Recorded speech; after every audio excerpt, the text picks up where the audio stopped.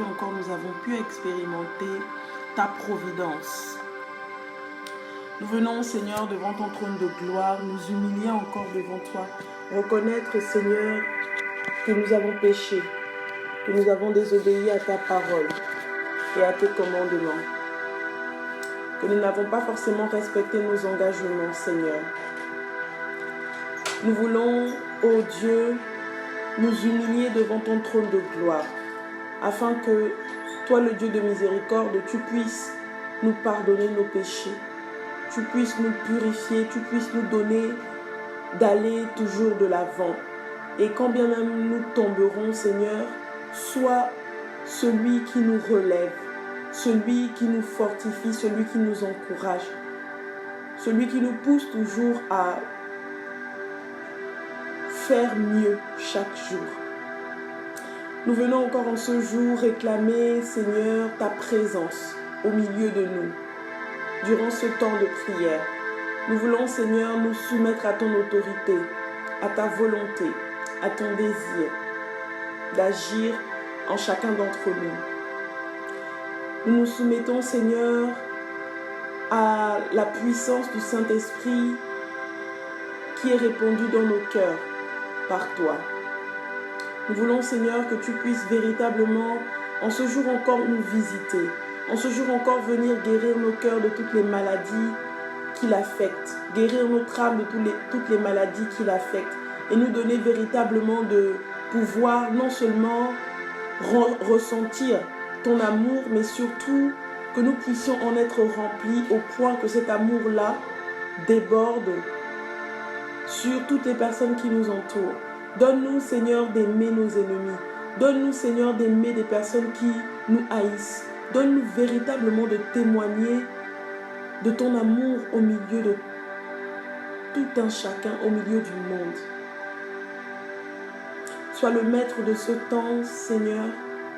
Viens et prends le contrôle de nos cœurs. Viens prendre le contrôle de nos cœurs, de nos âmes, de nos esprits. Viens véritablement prendre le contrôle de nos bouches, Seigneur, afin que toutes les prières que nous allons entendre et aussi toutes les prières que nous allons formuler en ce moment puissent s'élever devant toi comme des parfums de bonne odeur. Amen. Rebonjour encore à tous, aux nouveaux arrivants, que Dieu vous bénisse. Donc, comme je le disais précédemment, nous sommes au deuxième jour de notre cheminement de 7 jours d'immersion dans l'amour de Dieu.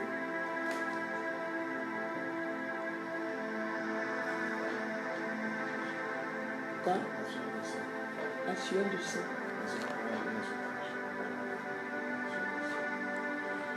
Aujourd'hui, nous parlerons de la sueur de sang et des outrages. Nous parlons ici de tout ce que Jésus a subi pour pouvoir manifester aux yeux du monde, mais surtout à nos yeux, son amour immense pour chacun d'entre nous. Nous disions hier que Jésus avait été trahi par Judas. Judas qui était celui qui gardait la bourse des disciples. Judas qui était l'ami de Jésus, le frère de Jésus, celui qui a mangé avec lui, qui a tout fait avec lui. Et nous avons dit aussi que nous étions nous aussi parfois des Judas. Nous étions là à côté de Christ, mais parfois nous le trahissions à travers nos manques d'amour, nos manques de foi, nos inquiétudes et bien d'autres choses. Aujourd'hui, nous allons continuer ce cheminement-là et nous allons nous attarder sur les outrages et la sueur de sang. Nous voyons comment Jésus, avant même de commencer ce périple-là qui allait lui coûter la vie, afin que nos vies soient rachetées, et aller dans la présence de Dieu pour être fortifié. Jésus a connu ce qu'on appelle l'angoisse. Et d'un point de vue physionomique, d'un point de vue scientifique, la science nous dit que c'est la sueur de sang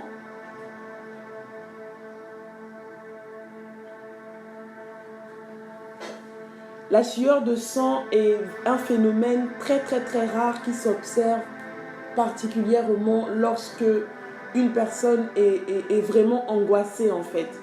Et donc nous pouvons là un peu imaginer quelle était l'angoisse de Jésus-Christ alors qu'il allait entrer dans sa passion. Nous parlons ici de la passion de Jésus parce que véritablement ce mot témoigne de tout l'amour que Jésus a manifesté pour chacun d'entre nous, pour nos vies, pour nos familles, pour nos projets, pour toutes les personnes que nous aimons. Et donc, nous pouvons véritablement trouver en l'amour de Jésus-Christ un amour qui est total, un amour qui est complet. Parce que cet amour-là ne s'est pas manifesté juste en guérissant, en délivrant, en transformant, en accomplissant toutes sortes de miracles et de prodiges. Mais cet amour-là est parti vraiment au-delà de tout ce que nous pouvions imaginer. Le Christ nous a aimés jusqu'à donner sa vie pour nous. Lui qui n'avait rien fait, il a accepté de mourir, d'être insulté, d'être calomnié pour chacun d'entre nous. Et en ce jour, nous devons véritablement nous souvenir de cela et nous devons pouvoir glorifier le nom de Dieu à travers nos vies. Lui dire merci chaque jour que nous nous levons. Merci pour le don de la vie, Seigneur. Merci pour le don de la foi, Seigneur. Merci vraiment parce que tu me donnes la grâce d'être au courant de ce que tu as fait pour moi. Je ne suis plus ni ignorant ni ignorante de ton amour pour moi parce que tu m'as aimé au-delà de mes attentes.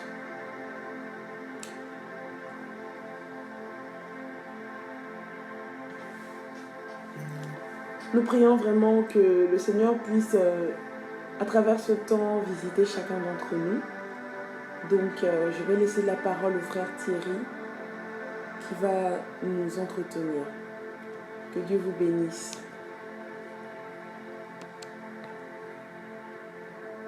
Amen. Est-ce que la sœur Sonia peut garder son micro ouvert? Ou quelqu'un d'autre qui veut bien le faire? Bonsoir à tous. J'espère que vous allez bien. Merci de nous rejoindre dans ce cheminement de l'immersion dans l'amour de Dieu et dans l'amour qu'est Dieu. Bien-aimés, hier déjà nous avons commencé ce cheminement et hier déjà le Seigneur, confirmant sa parole au milieu de nous, a permis à beaucoup d'entre nous, à certains d'entre nous, d'expérimenter cet amour-là dont on parle. Car c'est véritablement quelque chose de réel, de palpable. Amen. Et Dieu, s'il vient confirmer ce que nous annonçons, il vient démontrer réellement la véracité de la parole et surtout du sens même de ce que nous disons, qu'est de son amour. Alors aujourd'hui, j'aimerais encore te dire que le Seigneur veut encore te visiter. Amen. Même si tu as été déjà béni et visité, le Seigneur ne se lasse pas de nous visiter. Parce que sa présence dans nos vies est toujours une source de vie et de bénédiction pour nous. Et vous savez, nous avons tellement besoin de l'amour de Dieu parce que rien ne peut se faire sans l'amour de Dieu. Et donc, c'est dans l'amour de Dieu que nous sommes et nous trouvons parfaitement notre épanouissement, notre bonheur total. Un instant, je pense avoir fait une erreur. Un instant.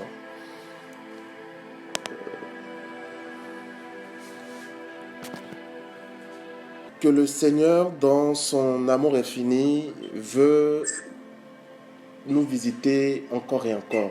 Il veut véritablement nous faire du bien.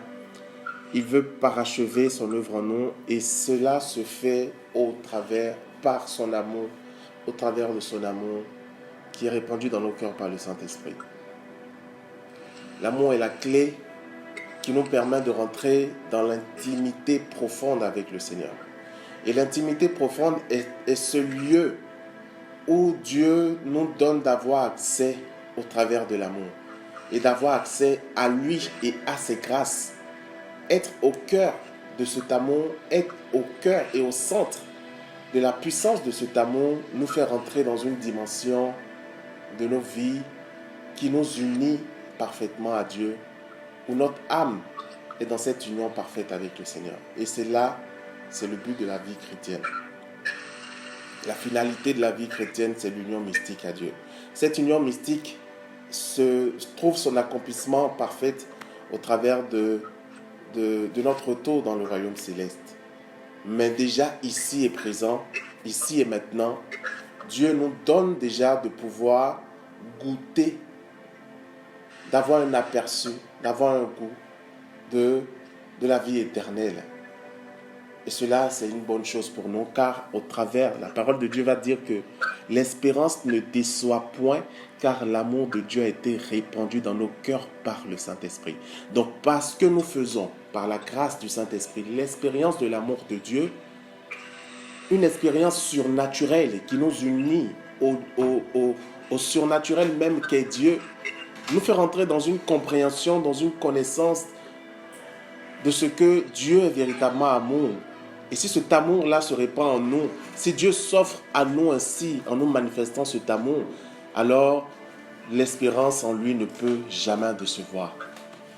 Et donc, Dieu veut parfaitement nous donner de rentrer dans ce schéma, dans cette dynamique, dans cette union mystique de notre âme à lui.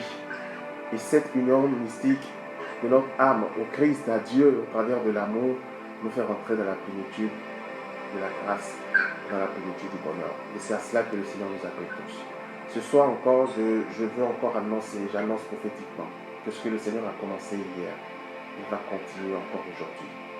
Et avec lui, c'est toujours de gloire en gloire. Alors je prie vraiment afin que tu te disposes de là où tu es. Que si tu regardes la télé en même temps, si tu parles avec quelqu'un en même temps, si tu fais quelque chose, que tu prennes le temps, que tu consacres ce temps, ce moment au Seigneur, afin que ce soit un cœur à cœur, une rencontre personnelle avec lui. Amen. Amen. Aujourd'hui, nous méditons donc nous avons pour thème la sueur de sang. Sueur de sang, nous parlerons de la sueur de sang et nous parlerons également des premiers outrages que Jésus a subis. Et pour cela, nous allons directement dans la parole de Dieu qui est dans le livre de Luc au chapitre 22 à partir du verset 39 jusqu'au verset 46. Luc 22, verset 39 jusqu'au verset 46. Je lis la parole de Dieu. Il sortit et se rendit comme de coutume au mont des Oliviers. Et les disciples aussi le suivirent. Parvenu en ce lieu, il leur dit : priez pour ne pas entrer en tentation. Puis, il s'éloigna d'eux d'environ un jeun de pierre, et fléchissant les genoux, il priait en disant : Père, si tu veux, éloigne de moi cette coupe. Cependant, que ce ne soit pas ma volonté, mais la tienne qui se fasse. Alors lui apparut, venant du ciel, un ange qui le réconfortait. Entré en agonie, il priait de façon plus instante, et sa sueur devint comme de grosses gouttes de sang qui tombaient à terre. Se relevant de sa prière, il vint vers les disciples qu'il trouva endormis de tristesse. Et il leur dit : qu'avez-vous à dormir ? Relevez-vous et priez pour ne pas entrer en tentation. Parole du Seigneur. Nous rendons grâce à Dieu.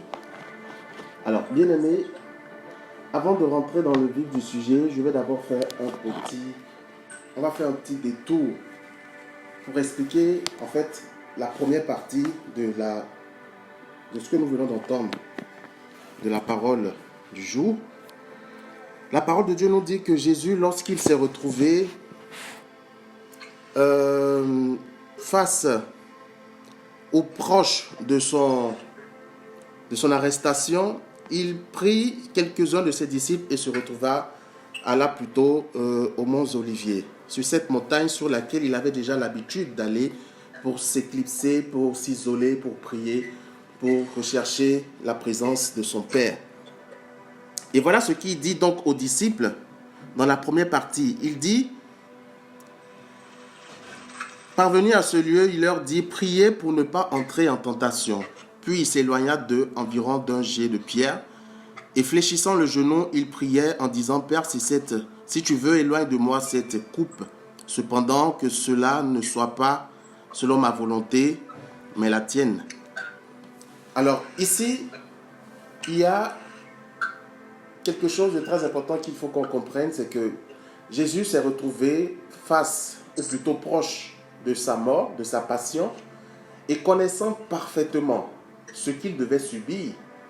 Et il a donc manifesté de façon humaine, parce que nous l'avons dit hier, nous le disons encore, la divinité de Jésus n'exclut pas son humanité. Voilà, son humanité n'est pas exclue de sa réalité parce qu'il est vrai Dieu, vrai homme. Donc, naturellement, en tant qu'homme,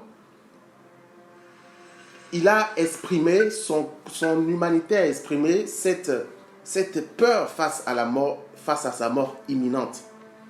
Et donc, dans cette peur, dans cette dynamique, il se retrouve donc à rapidement se retrouver dans la présence de Dieu, à prier et à demander au Père, à formuler cette prière au Père, si cette coupe peut passer loin de moi, mais que cela ne soit pas selon ma volonté, mais selon ta volonté. Et il dit aux disciples, veillez et priez afin de ne pas entrer en tentation. En fait, ici, le Seigneur nous donne une clé très importante, pour ne pas dire la clé qui nous permet de ne pas tomber en tentation. Et cette clé, c'est la prière. C'est la prière qui nous permet de ne pas tomber dans la tentation, peu importe cette tentation. Y compris même la tentation de ne pas faire l'œuvre de Dieu, y compris la tentation de faire nos propres œuvres, y compris la tentation d'agir par la chair. Tout ça, ce sont des formes de tentation. Y compris la tentation de céder à la peur face à la nécessité d'aller se donner, s'offrir à la mort pour sauver l'humanité telle que Jésus le vivait. Et donc, face à cette forme de tentation, Jésus n'est pas resté les bras croisés. Jésus s'est éclipsé avec quelques-uns de ses disciples et il a fléchi le genou pour prier, pour supplier son Père afin qu'il le console. Et la parole de Dieu nous dit dans la suite qu'un ange a été envoyé vers lui pour le réconforter. Donc, bien aimé, il faut comprendre que peu importe le type de tentation dans laquelle tu peux te trouver, il est important, primordial, dans lequel tu peux te trouver, il est important, primordial, de comprendre qu'il te faut adopter une attitude de prière. Malheureusement, ce qui se passe souvent, c'est que nous n'avons pas forcément une vie de prière, nous n'avons pas dans notre routine quotidienne une vie de prière. Donc, lorsque la tentation se présente, elle devient beaucoup plus un poids pour nous, elle devient difficile pour nous, ou plutôt il devient difficile pour nous de pouvoir résister à cette tentation parce que de façon habituelle ou de façon normale, nous ne sommes pas plongés dans la prière. Nous n'avons pas une vie de prière. Mais en ayant une vie de prière, la prière te préserve de ces formes de tentation. La prière te garde à l'abri. La prière, en fait, c'est l'œuvre, c'est Dieu, la grâce de Dieu qui vient te préserver. Ça ne veut pas dire qu'il n'y aura pas de tentation. Elles se présenteront. Mais la grâce de Dieu te donnera de pouvoir les surpasser, les surmonter. Le Saint-Esprit te donnera la maîtrise de soi. Le Saint-Esprit te donnera la patience, le dégoût du péché, la force surnaturelle que Dieu nous donne au travers des 7 dons pour ne pas tomber dans la tentation. Donc, toutes les fois où nous nous retrouvons dans la présence de Dieu, il nous faut absolument adopter cette attitude de prière. Toutes les fois où nous sommes dans une forme de tentation, il nous faut adopter cette attitude de prière. Jésus a prié sur cette montagne et suppliant le Père. Et dans sa prière, écoutons ce qu'il dit. Il dit, Père, si cette coupe peut passer loin de moi, mais non pas selon ma volonté, mais selon ta volonté. Donc, dans le désir, ou plutôt dans le bouillonnement de sa chair qui veut lui faire échapper à la mort, Jésus a recours dans son âme et conscience à la volonté, à la nécessité de faire la volonté de Dieu. Cette volonté qui est d'ailleurs sa propre volonté, parce que s'il est venu pour nous sauver, c'est par sa propre volonté qu'il a fait. Mais en disant, Père, si cette coupe peut passer loin de moi, il a exprimé simplement ce que son âme ressentait au plus profond de lui. Et c'est pour ça que dans nos prières également, de tous les jours, nous devons être vrais avec le Seigneur. Et lui dire les choses telles que nous le pensons au plus profond de nous. Nous allons donc voir par la suite que, après que l'ange ait consolé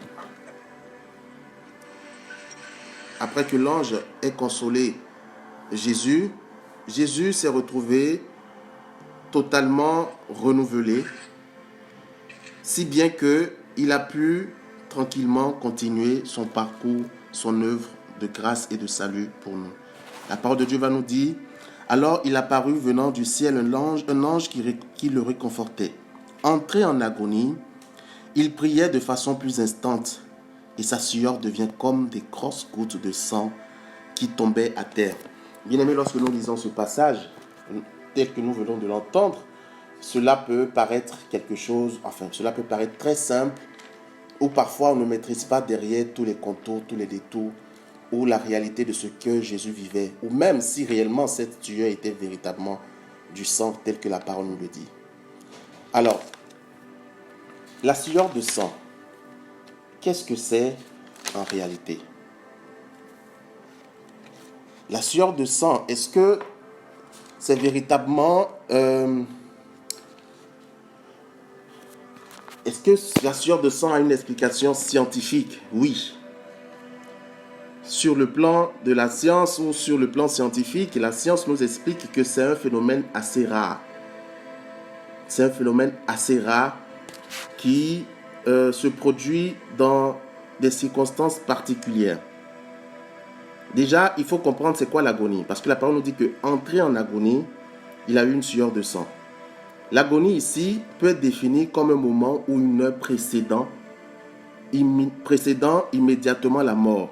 État de l'être humain dans la période qui précède immédiatement la mort, et où l'organisme peut paraître lutter pour demeurer en vie.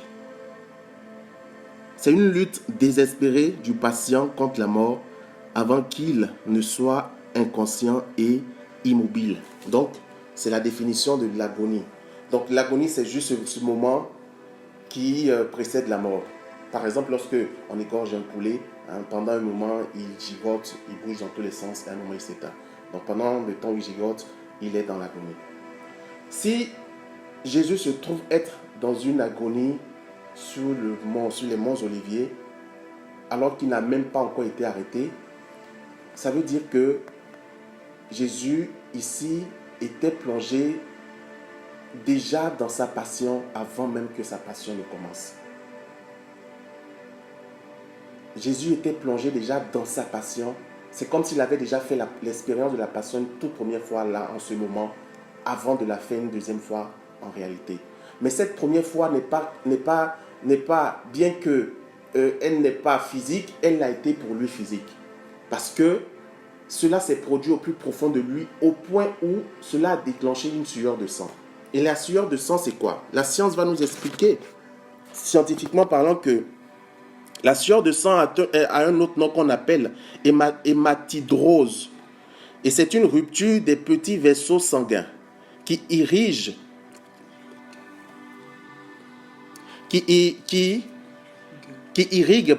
les glandes sudoripares, ces petites glandes situées sous la peau et qui permettent de fabriquer et d'évacuer la sueur.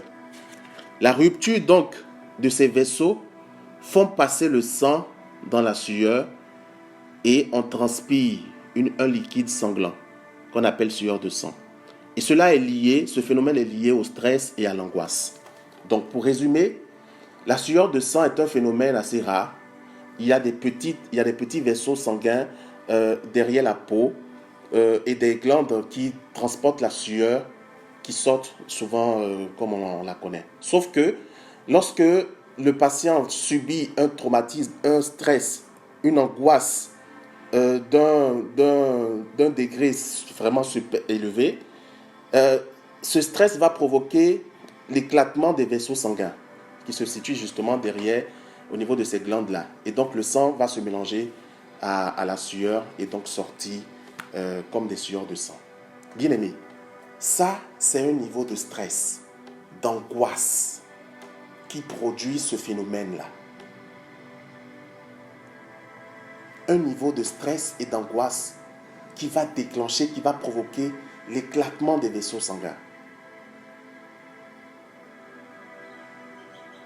L'agonie que Jésus vivait en ce moment, dans laquelle il était plongé en ce moment, était donc pour lui réelle. Parce qu'il le vivait dans sa chair, dans son âme, dans son esprit. Il le vivait dans tous les états possibles. Et on peut donc comprendre, lorsque on aperçoit, on essaie d'imaginer cette sainte scène, on peut donc comprendre l'état dans lequel il était lorsqu'il disait à ses disciples, mon âme est triste jusqu'à en mourir. Mon âme est triste jusqu'à en mourir. La tristesse avait envahi son âme au point où cette tristesse pouvait provoquer de la mort. Quel degré d'angoisse peut faire éclater des vaisseaux sanguins? Nous comprenons le poids de ce que Jésus s'apprêtait à subir et de ce qu'il subissait déjà au travers de cette agonie. Nous comprenons la profondeur de la souffrance qu'il devait subir et qu'il avait déjà commencé à subir au travers de cette agonie.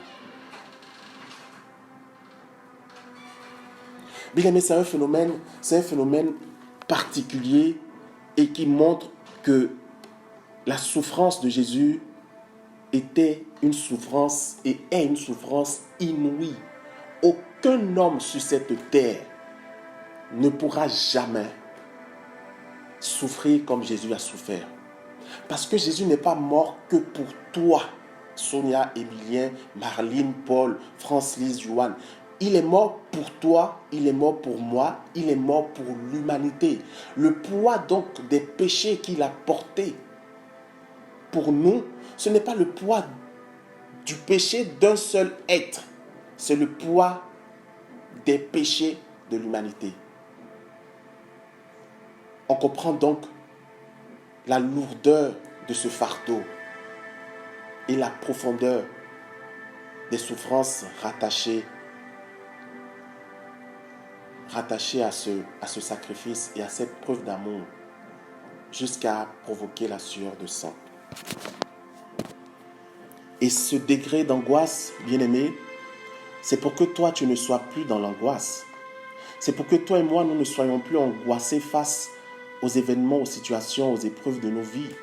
C'est pour qu'en Jésus, qui s'est chargé de toutes ces angoisses, nous puissions trouver la paix au milieu des événements qui pourraient nous angoisser, que nous soyons plongés plutôt dans la paix de Dieu, dans la paix du Christ.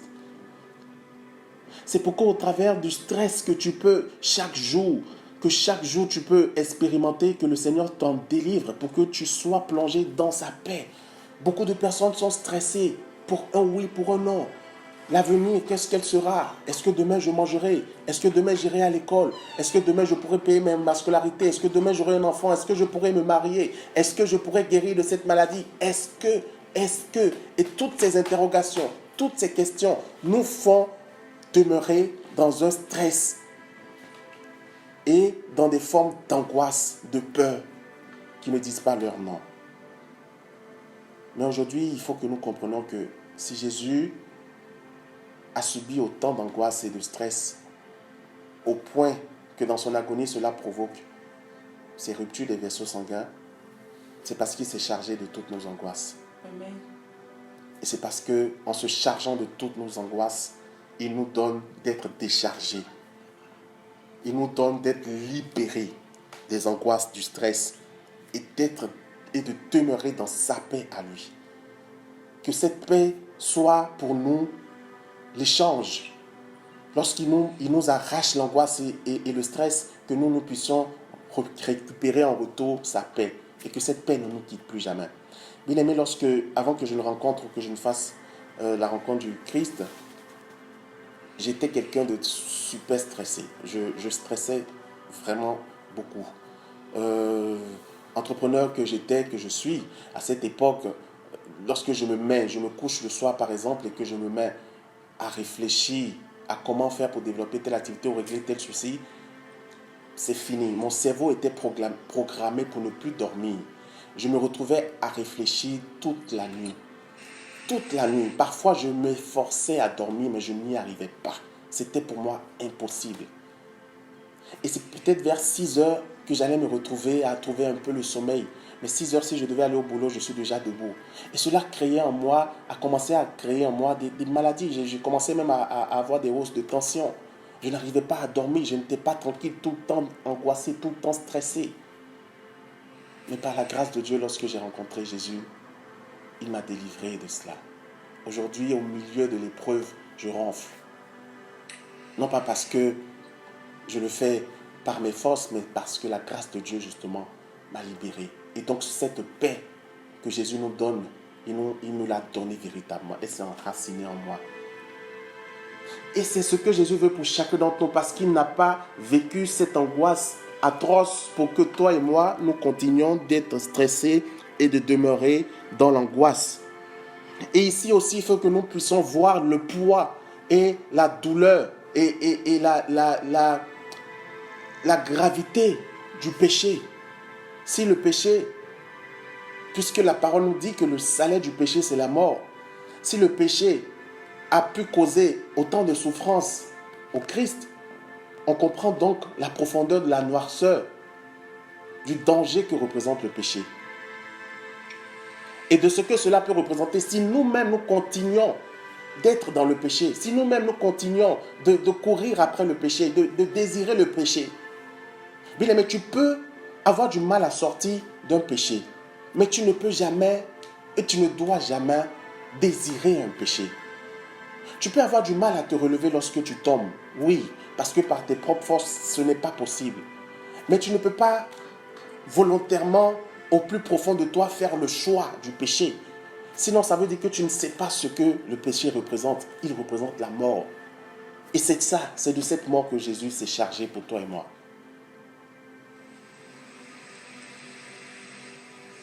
Et donc, imaginons émotionnellement, physiquement, psychologiquement, mentalement, ce que cela pouvait représenter pour Jésus, la souffrance dans laquelle il était plongé face à cette agonie sur les monts Oliviers et lorsque sa sueur est devenue du sang. Gardons cette sainte image à l'esprit, méditons-la toute cette semaine et toutes nos vies. La sueur de sang a été provoquée par l'angoisse, le stress, face à ce qu'il allait subir, au point où les vaisseaux sanguins se sont éclatés.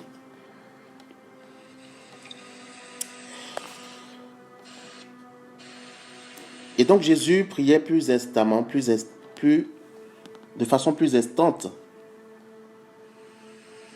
afin que le Père vienne à son secours. Nous allons voir que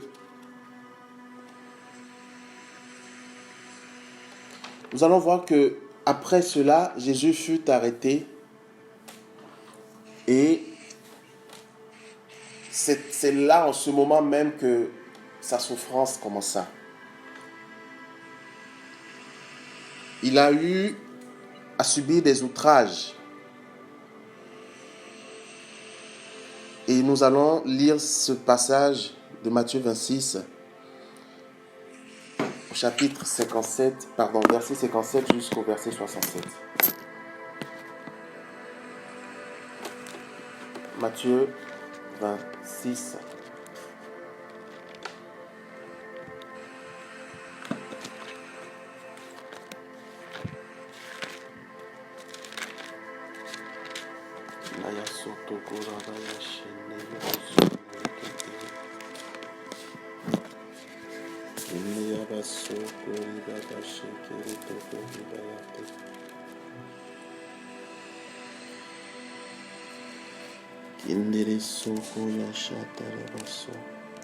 Matthieu 26, 57 à 67.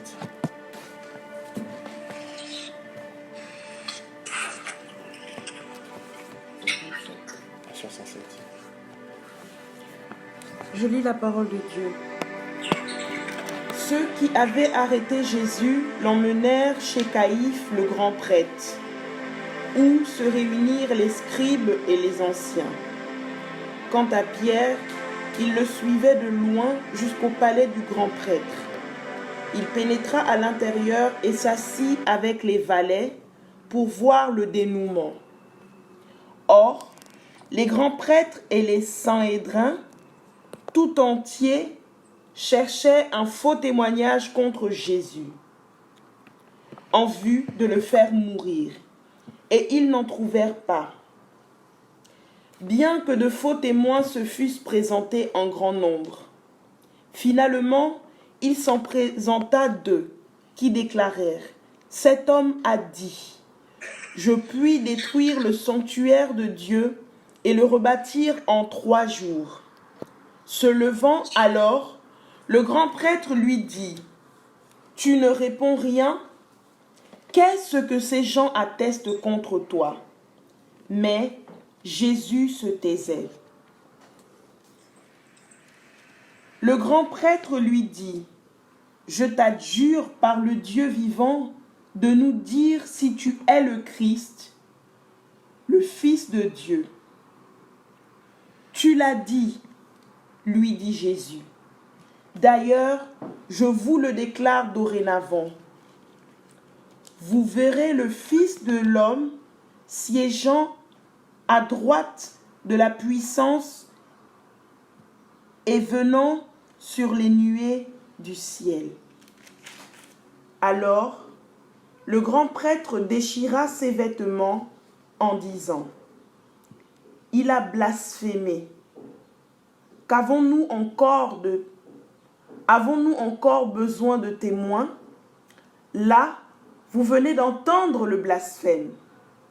Qu'en pensez-vous? » Ils répondirent, « Il est passible de mort. » Alors, ils lui crachèrent au visage et le giflèrent. D'autres lui donnèrent des coups en disant, « Fais le prophète, Christ, dis-nous qui t'a frappé. » Parole du Seigneur. Nous rendons grâce à Dieu. Alors, bien-aimés, nous voyons les outrages que Jésus a commencé à subir dès qu'il a été arrêté. Et je prends cette image des crachats, des personnes qui lui ont craché au visage. Est-ce que nous comprenons ce que cela signifie dans son sens le plus profond? Parce que parfois les actes sont souvent le reflet de quelque chose, signifient souvent quelque chose.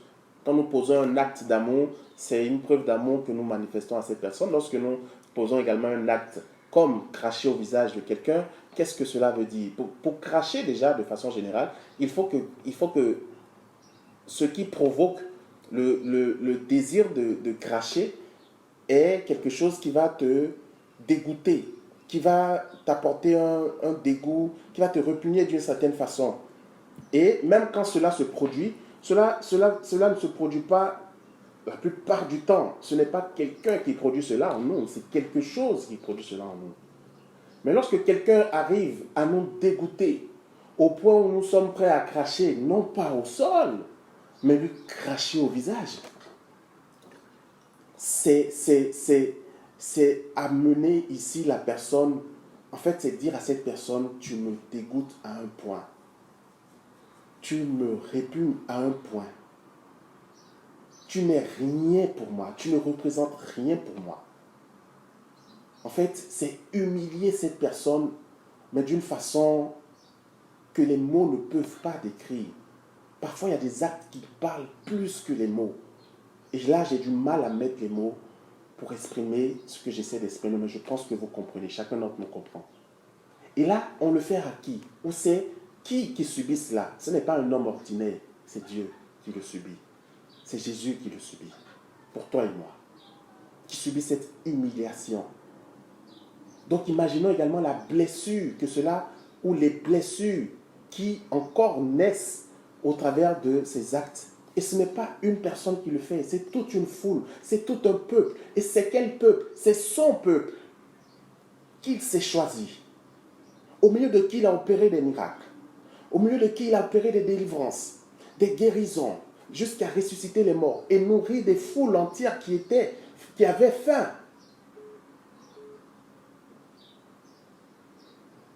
Bien-aimés, ce sont ces mêmes personnes qui se retrouvent à lui cracher au visage, pendant que d'autres le giflent, et pendant que d'autres lui donnent des coups, et que d'autres se moquent de lui. Toute une foule, imaginez toute une foule autour de vous qui vous oppresse de la sorte.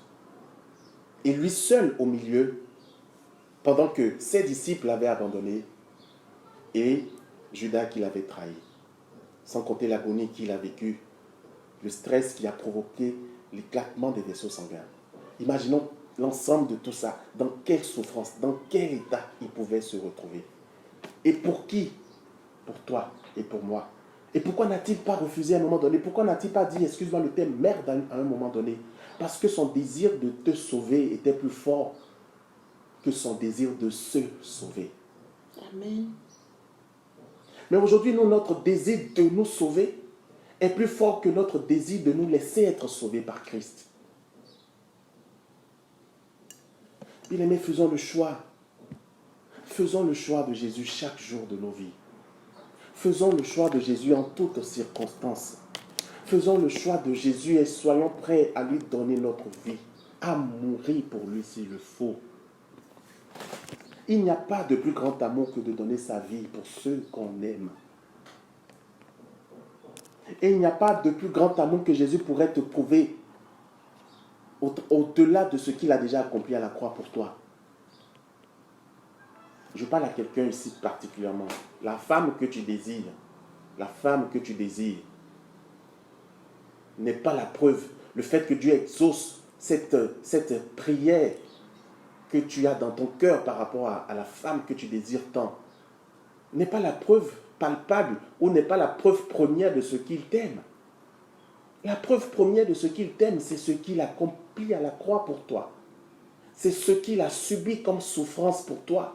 Donc, refuser, ou plutôt rejeter cette souffrance, ou plutôt lui dire, tu n'exauces pas mes prières, tu ne m'aimes pas, comment puis-je t'aimer en retour si tu n'exauces pas mes prières? Comment puis-je si tu n'es pas à mes côtés? Comment puis-je alors que moi je souffre?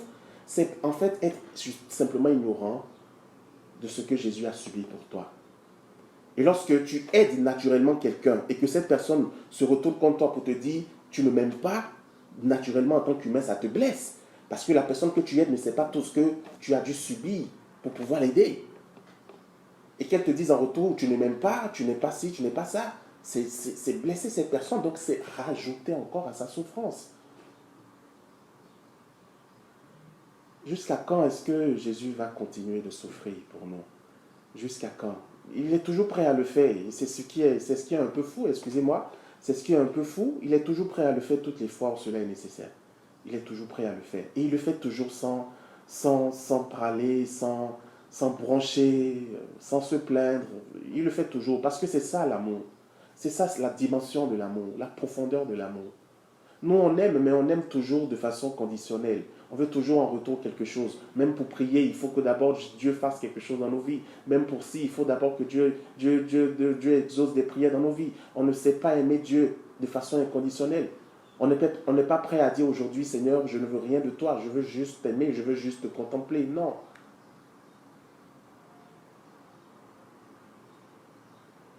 Bien-aimés, nous avons besoin de nous laisser submerger par l'amour de Dieu. Nous avons besoin de comprendre les profondeurs, d'aller encore un peu plus au-delà de ce que nous savons déjà du sacrifice de Jésus, de sa mort pour nous. Il n'y a pas définition de l'amour de Dieu sans parler de sa sainte passion. Lorsque nous parlons de la passion du Christ, c'est la passion, c'est de l'amour passionné dont il nous aime. Mais tellement, tellement fou qu'il est prêt à faire toutes ces choses dont nous parlons. Et qu'il a fait toutes ces choses et qu'il continue de faire encore. Alors, où est-ce que nous voulons nous positionner? Où est-ce que nous voulons nous positionner? Bien-aimés, aujourd'hui, on ne va pas être long. l'essentiel a été dit. Si tu n'as rien retenu de tout ce qui a été dit, si tu es venu en retard, je te fais un petit résumé, parlant de la sueur de sang et parlant des outrages que le Christ a subis. Je te fais ce petit résumé. La sueur de sang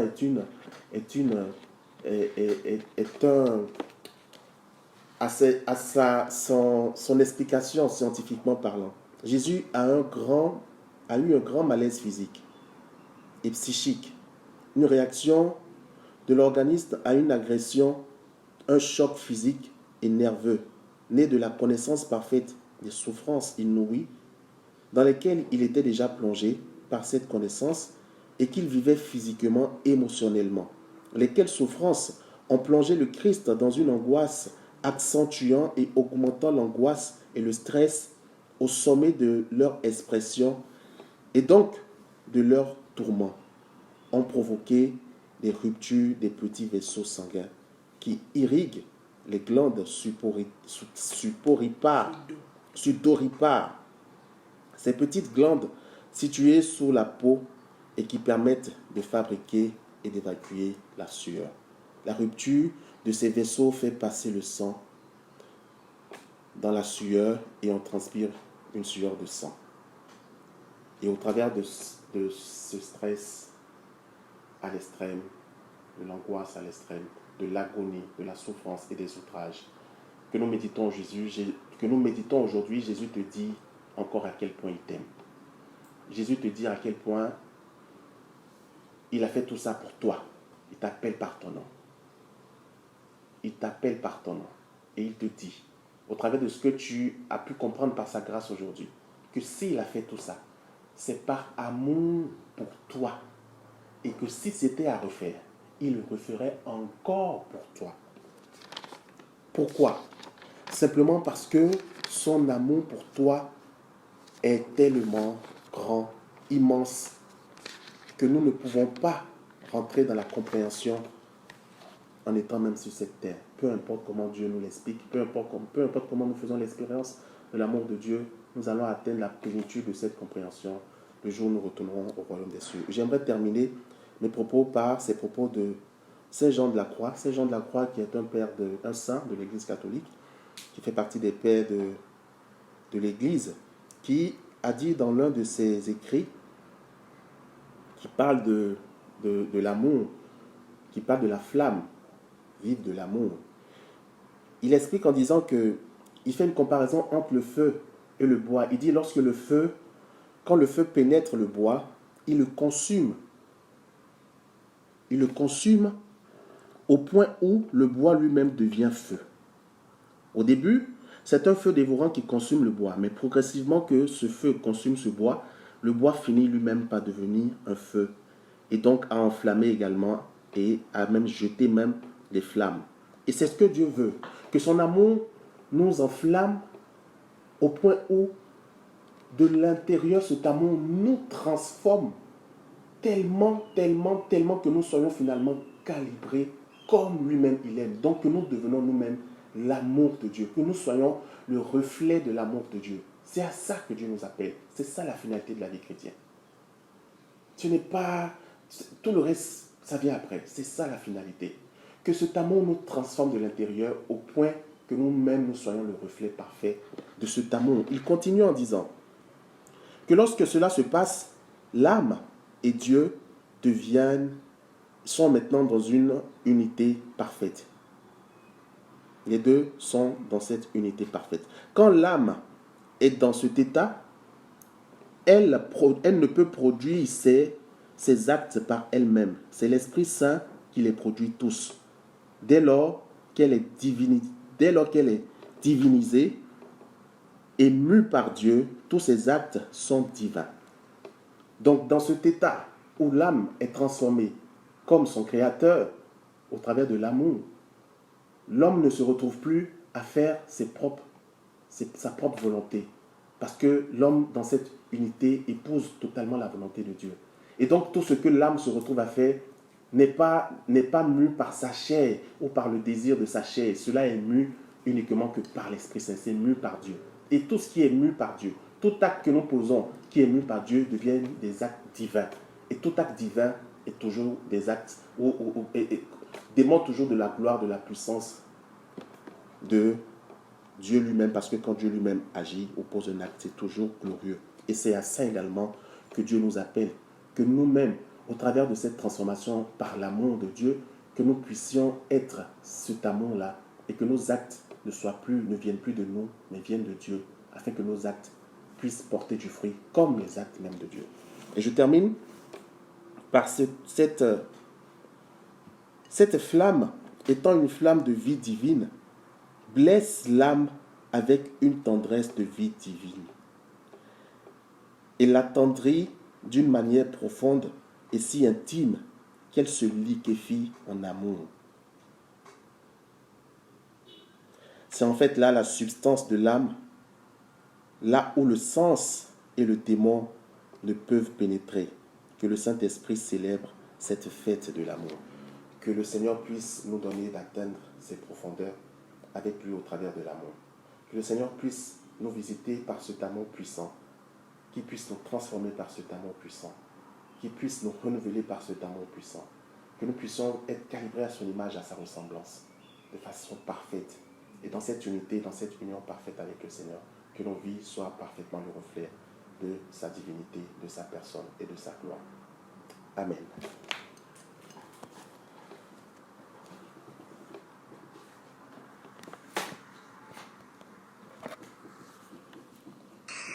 Amen.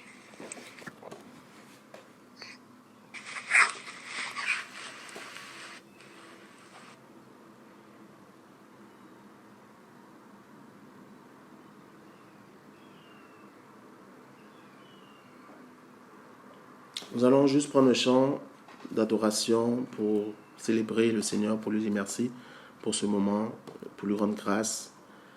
Et continuons de nous laisser, d'ouvrir nos cœurs à la grâce de Dieu et de laisser le Seigneur agir dans chacune de nos vies.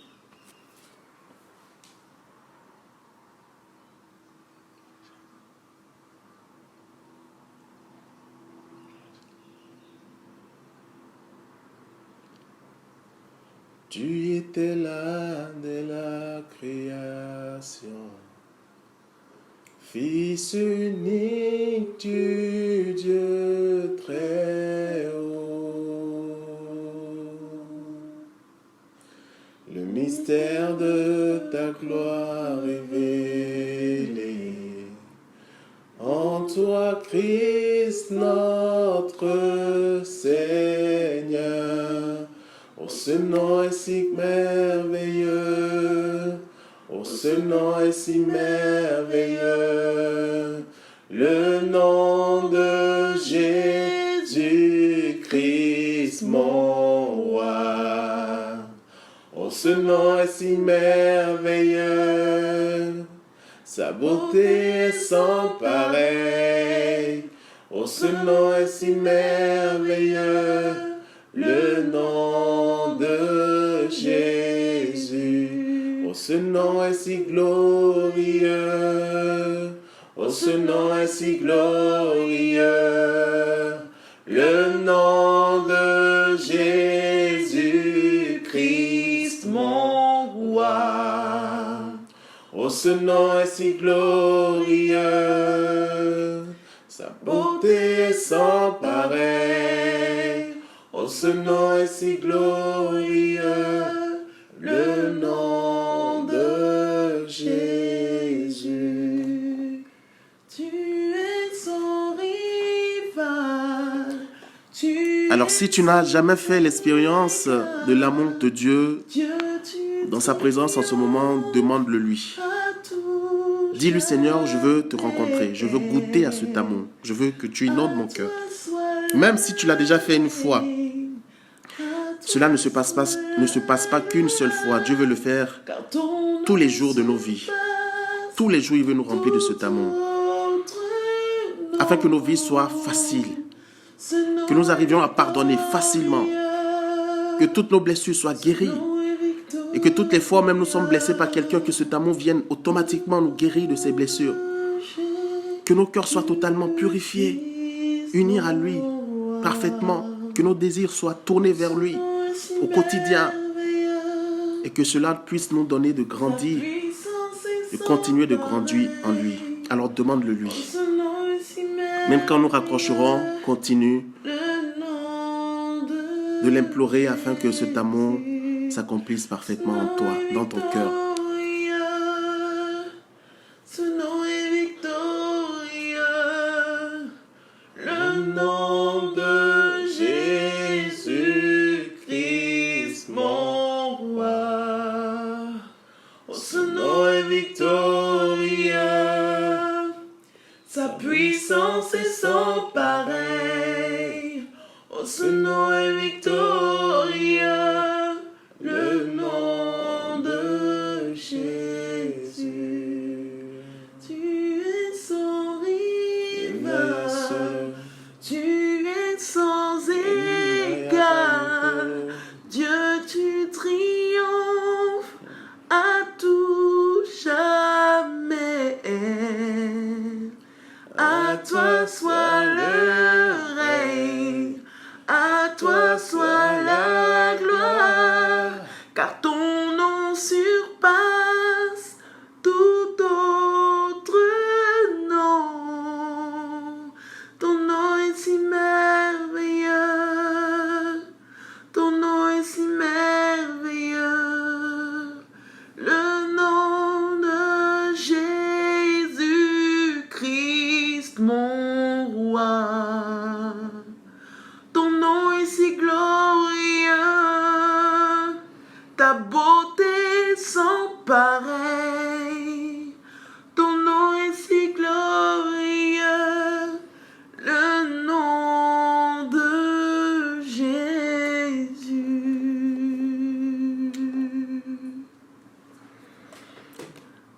Amen, amen. Est-ce qu'il y a quelqu'un au milieu de nous ici qui est particulièrement stressé? Je ne sais pas ce qui te stresse, je ne sais pas. Mais ce que le Seigneur me met à cœur, c'est qu'il y a peut-être plusieurs, mais ce ne me parle particulièrement d'une personne ou de plusieurs en tout cas, mais qui est particulièrement stressé. Est-ce que quelqu'un se reconnaît? Soit tu as l'habitude d'être stressé, ou soit en ce moment, il y a quelque chose, une situation qui te stresse. Est-ce que quelqu'un se reconnaît dans cette parole? Je me reconnais. D'accord. C'est la seule personne. Est-ce qu'il y a quelqu'un d'autre?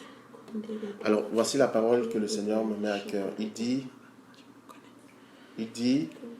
qu'il vient prendre ce stress maintenant. Amen, merci Jésus. Il te décharge de ce stress. Au moment où je le dis, il le fait. Il le fait. Il arrache ce stress. Il enlève ce stress de ta vie. Et il me dit que ce stress te quitte maintenant. Pour toujours. Alléluia.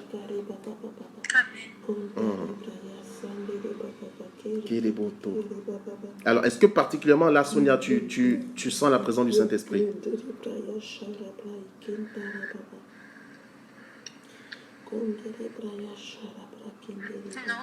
Non. D'accord.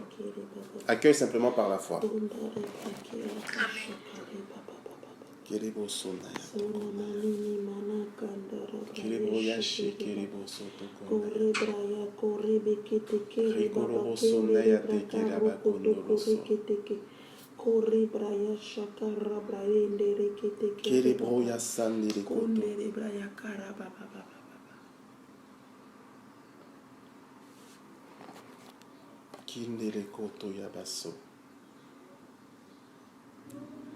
Merci Seigneur, merci pour tout ce que tu fais pour nous. Nous te bénissons, nous te louons, nous te rendons grâce. Nous te prions Seigneur d'aller au-delà de nos attentes avec nous, d'accomplir dans nos vies toutes choses selon ta volonté. Nous voulons simplement nous livrer à toi, nous abandonner entre tes mains d'amour et te dire que nous t'aimons. Que chacun puisse le dire, Seigneur Jésus, je t'aime. Seigneur Jésus, je t'aime. Et je veux t'aimer encore plus. Et je veux t'aimer encore plus. Je te donne ma vie. Je te donne ma vie. Je te donne mon cœur. Je te donne mon cœur. Prends tout. Prends tout. Tout est à toi. Tout est à toi. Fais de moi ce que tu veux. Fais de moi ce que tu veux. Si tu m'as tant aimé, c'est parce que Si tu m'as tant aimé, c'est parce que je compte pour toi. Je compte pour toi. Et c'est parce que j'ai un prix pour toi. C'est parce que j'ai un prix pour toi. Alors je m'abandonne à toi. Alors je m'abandonne à toi. Et je te fais confiance. Et je te fais confiance. Merci Seigneur Jésus. Merci Seigneur Jésus. Amen. Amen.